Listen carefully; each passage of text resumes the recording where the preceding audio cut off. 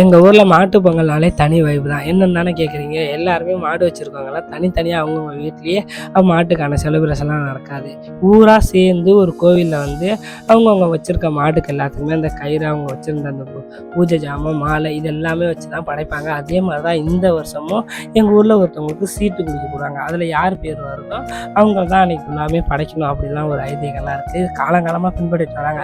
நாங்களும் அதே வழியாக பின்பற்றிட்டு வந்துட்டுருக்கோம். அப்புறம் நாங்கள் வச்சுருந்த மாலைலாம் போட்டு முடிச்சுட்டு இதுக்கப்புறம் என்ன கையெல்லாம் முன்னடா இது சேஃப் ஆகிட்டு அப்படிங்கிற மாதிரி தோணுச்சு.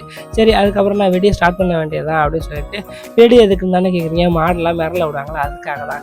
சரி வச்சதெல்லாம் போதும், அப்புறம் அதுக்கப்புறம் வெடியை ஸ்டார்ட் பண்ணுங்கடா அப்படின்னு சொல்லிட்டு வெடி வெடிக்க ஸ்டார்ட் பண்ணிட்டோன்னா மாடெல்லாம் மிரள ஆரம்பிச்சிருச்சு. அவ்வளோதான், வைப்பு ஸ்டார்ட் ஆகிடுச்சு அப்படின்னு சொல்லிட்டு மாடு பின்னாடியே கத்திட்டு போயிட்டு நான் சுற்றி முடிச்சுட்டு அன்னைக்கான வைப்பே முடிஞ்சிருச்சு.